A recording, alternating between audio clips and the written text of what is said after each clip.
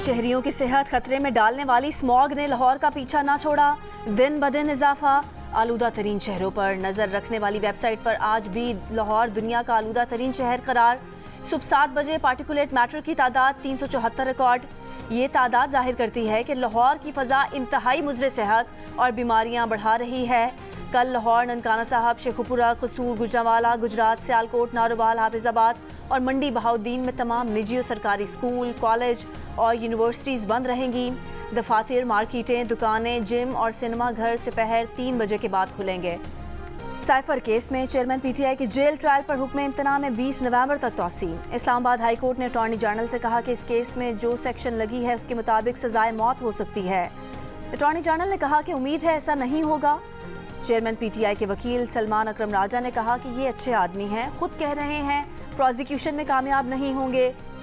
Justice मियां गुल हसन औरंगजेब ने कहा अगली तारीख पर समाअत मुकम्मल करके फैसला जारी करेंगे।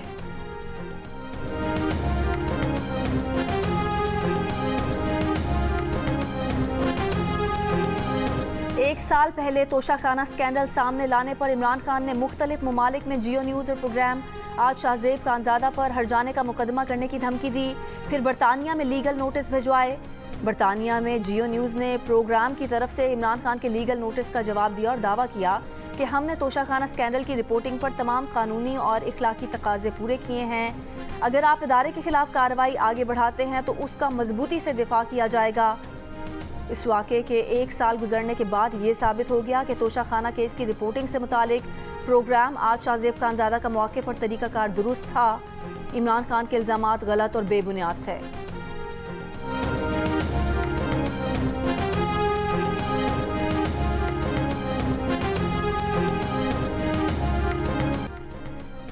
£190 मिलियन केस में चेयरमैन पीटीआई के जिस्मानी रिमांड की इस्तदा। समाअत एहतसाब अदालत इस्लामाबाद में आज फिर होगी। चेयरमैन पीटीआई के जिस्मानी रिमांड की दरख्वास्त पर तमाम फरीकैन को आज दोबारा सुना जाएगा।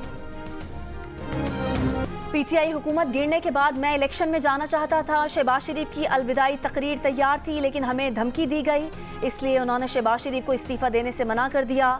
Lahore chamber of commerce and industry के अहदेदारों से खिताब के दौरान इंकशाफ। कहा उन्होंने शहबाज शरीफ से कहा कि आपको अल्टीमेटम दिया गया है, आपने उसके सामने खड़े होना है। शहबाज शरीफ ने मुल्क को डिफॉल्ट से बचा लिया। नवाज शरीफ ने मईशत की बहाली का भी रोड मैप दे दिया। कहा उनकी पॉलिसी ये होगी कि इंडस्ट्री में लगने वाले पैसे के बारे में पूछा ना जाए कि कहाँ से आ रहा है। अपनी हुकूमत बनने की सूरत में शरह सूद कम करने का इशारा ये कहकर दिया कि 22% शरह सूद पर कौन कारोबार करेगा।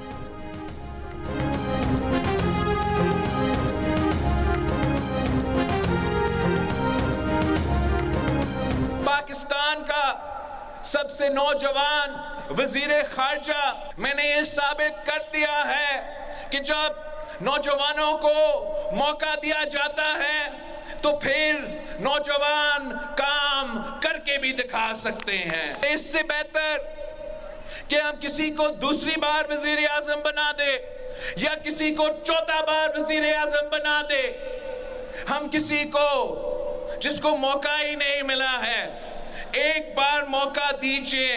पाकिस्तान के अवाम से वादा है, कभी आपको मायूस नहीं करूंगा।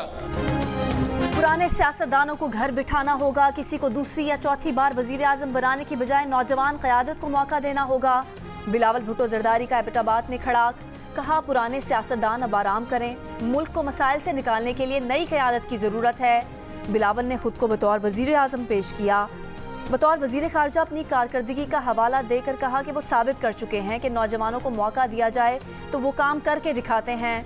उन्हें आगे भी मौका मिला तो वादा करते हैं कि अवाम को मायूस नहीं करेंगे, दिन रात खिदमत करेंगे। चेयरमैन पीपल्स पार्टी आज मर्दान में वर्कर्स कन्वेंशन से खिताब करेंगे।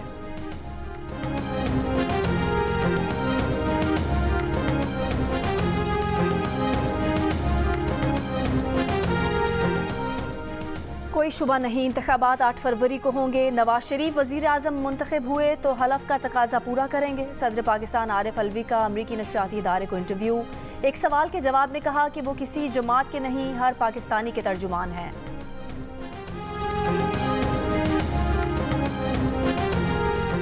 फैजाबाद धरना केस के फैसले पर अमल न होने पर कौम ने नाइंसाफी का खमियाजा 9 मई के वाकयात की सूरत में भुगता।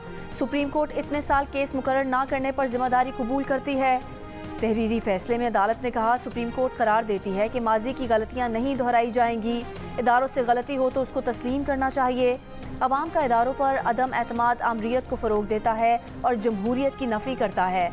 अपने इदारों को दागदार करने वाले इदारों को नाकाबिले तलाफ़ी नुकसान पहुँचाते हैं। ऐसे लोग अपने इदारों की नफ़ी करके अपनी अना की तस्कीन करते हैं। देखना होगा फैज़ाबाद धरना केस के फैसले पर अमल दरामद ना करने वालों के खिलाफ क्यों ना तौहीन अदालत की कार्रवाई की जाए। फैसले के वक्त की हुकूमत और इलेक्शन कमीशन बदल चुके। मौजूदा हुकूमत और इलेक्शन कमीशन को साबिक हुकूमत और इलेक्शन कमीशन की गलतियों का जिम्मेदार नहीं ठहराया जा सकता। विफाकी हुकूमत ने फैसले पर अमल दरामद के लिए कमीशन बना दिया है। उम्मीद करते हैं कमीशन 2 माह की मुकर्ररा मुद्दत में कार्रवाई मुकम्मल कर लेगा। केस की मजीद समाअत 22 जनवरी 2024 को होगी।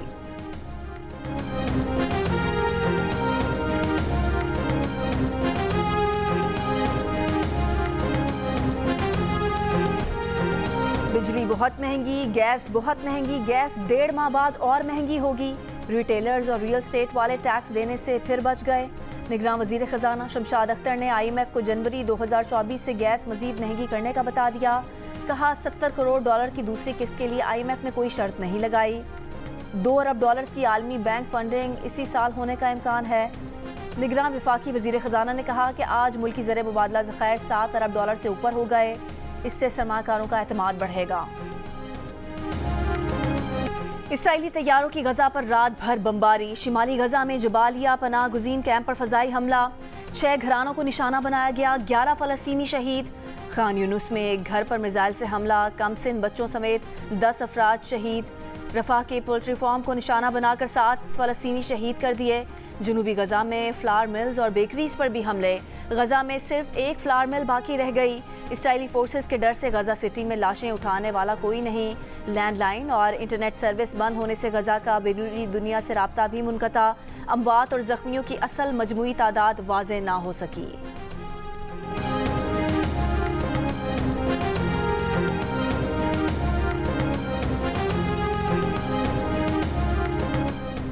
अलशिफा अस्पताल पर 2 रोज़ में तीसरी बार इसराइली फ़ौज का धावा। इलाज मुआलजे की सहूलियात तबाह कर दी। तिब्बी अमले समेत 5000 फ़लस्तीनियों को यरगमाल बना दिया।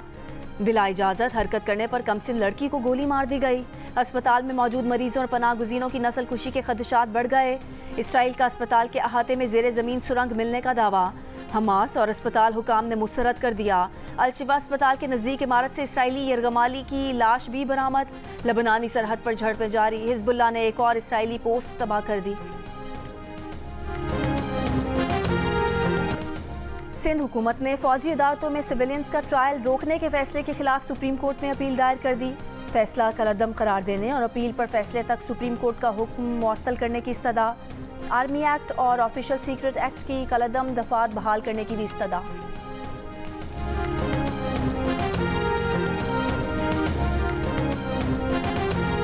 ऑस्ट्रेलिया जनूबी अफ्रीका को शिकस्त देकर वर्ल्ड कप के फाइनल में पहुंच गया। जनूबी अफ्रीका की टीम पहले खेलते हुए 212 रन बनाकर आउट हो गई। 119 रन पर 6 विकेटें गिरने के बाद डेविड मिलर की जिम्मेदाराना इनिंग्स। मिलर ने 5 छक्कों और 8 चौकों की मदद से 101 रन बनाए। जवाब में ऑस्ट्रेलिया ने तेज़ रफ्तार आगाज़ किया, लेकिन फिर जनूबी अफ्रीकी स्पिनर्स ने कैंगरूज को अपने जाल में फंसा लिया। तबरेज़ शमसी, किशोर महाराज और मार्करम ऑस्ट्रेलियाई बल्लेबाजों के लिए आज़ाब बन गए।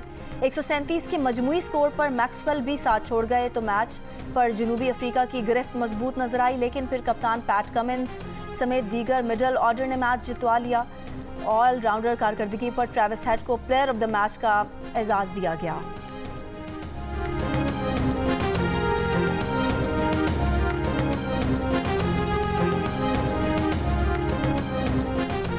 दुनियाई क्रिकेट पर किसकी हुक्मरानी होगी? कौन उठाएगा वर्ल्ड कप ट्रॉफी? इतवार को अहमदाबाद के स्टेडियम में 5 बार की चैंपियन ऑस्ट्रेलिया और 2 बार की चैंपियन मेजबान भारतीय टीम मद्दे मुकाबिल होंगी।